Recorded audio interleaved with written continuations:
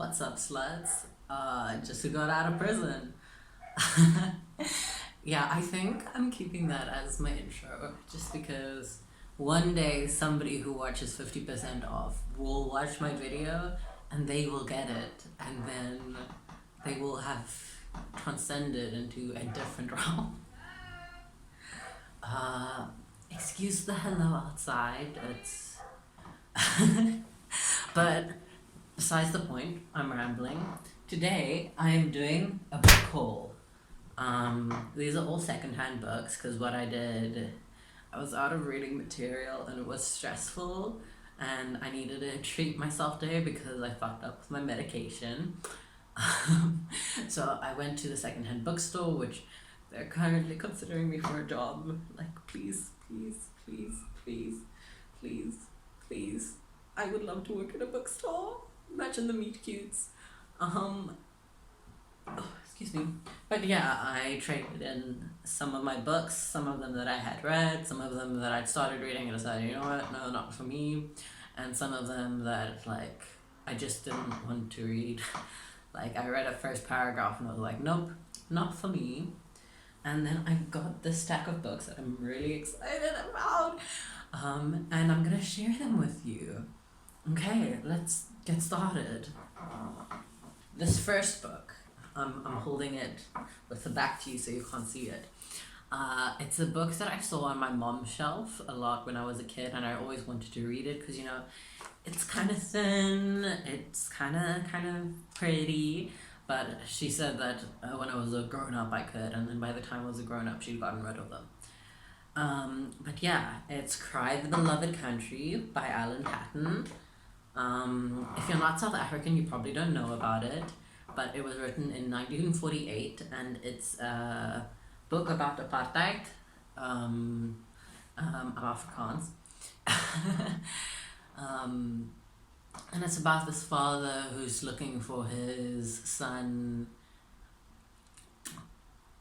There's a biblical reference there. It's a bit of it has a lot of biblical themes in it apparently, so it's like the parable son looking for a son in Joburg, which, like, I can't think of a better setting than apartheid Joburg to do the whole parable son thing. Well, I forgot the parable's name, but you'll deal. But yeah, so that's what it's about, but it's more the context of the book that I'm excited about. It was banned. It was written in 1948 and was banned in 1968, which a lot of the apartheid government sure did a lot of that. Did a lot of other horrific things. But yeah, I'm really excited to read it, and I've got an extract here that, like, it's where the title's from, and it's just so gorgeous, and it hypes me up. So, Cry of the Beloved Country, for the unborn child that is the inheritor of our fear. Let him not love the earth too deeply, let him not laugh too gladly when the water runs through his fingers, nor stand too still when the setting sun makes the red foul earth with fire. Let him not be too moved when the birds of his land are singing, nor give too much of his heart to a mountain or a valley, for fear will rob him of all if he gives too much. And just as a South African, as an inheritor of that fear, as a born free, it's just, that paragraph hits so much because, oh yeah, definitely think I'll do a apartheid reading vlog. I think it would hit. Other thing about Cry the Beloved Country is that it's all annotated, like sometimes in pen. Like, look at this. Like, look. It's gorgeous. And I can't wait to, like, read and annotate it myself as well. I'm really excited. Happy swimming. I'm so excited about these books. There's a video that Charity Matlaba did on reading and joy and letting yourself be excited to read, and it really hit for me. I'll link it in the description below. But yeah, since then I've just been, like, allowing myself to be excited. And talking about excitement, um, so on to the next one. Murder Being Once Done by Baroness Ruth Rendell. And it's British, which as an Afrikaans person, I don't like those bitches.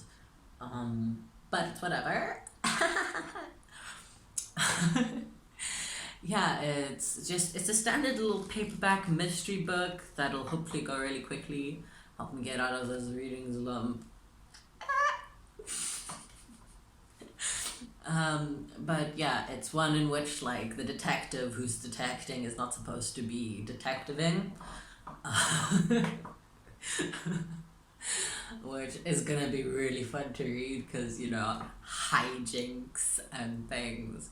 And I picked this up after being disappointed by another kind of like old paperback called Maigret in Montmartre. I'm not French, I can't say that. But yeah, Maigret in Montmartre by Georgia Simone. I started reading it and then I got to this paragraph which was just really homophobic. Like, I can normally deal with misogyny and homophobia and transphobia in all the books, but this was just like, it is unnecessary. I don't understand. You aren't making the case you think you're making. I'm pretty sure I already know who the murderer is. You're just, yeah. So that's, I wasn't a fan. So I hope that this will help me get over my disappointment. And plus this one, written by a woman, so more likely to be palatable to my sensitive tastes. This next one, I'm so excited about. I'm so excited. It's Tribe by Rala Xenopoulos. I think it's Xenopoulos. I had a teacher in high school with the same surname. Maybe she wrote this book. I mean, she was an English teacher. Yeah, maybe. But I'm so excited about this book. So, context for why I'm so excited for this book is it's a retrospective character study about this guy that died and this group of friends and how they're affected by it and the love interest and because it's South African, it explores a lot of interracial and group dynamics, which I'm really excited about because in high school we read this book called Dream House by Craig Higginson, which is also kind of a retrospective character study, but it also sucked because it was written by a white man who had immigrated to Australia, and if you're South African, you know the level of racist that implies. So I'm really excited because this one's written by a woman and it's got murder in it and all that kind of shit. This is the last book, but also the prettiest book. It is a hardcover. Look how gorgeous the dust jacket is. She's got her whole face on the back.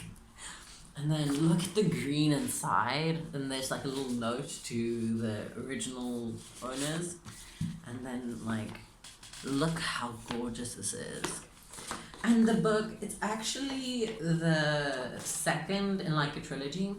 But I read over the descriptions and they seem like they can be standalone. She's just exploring similar themes in the same world, but with different characters. And I'm so excited.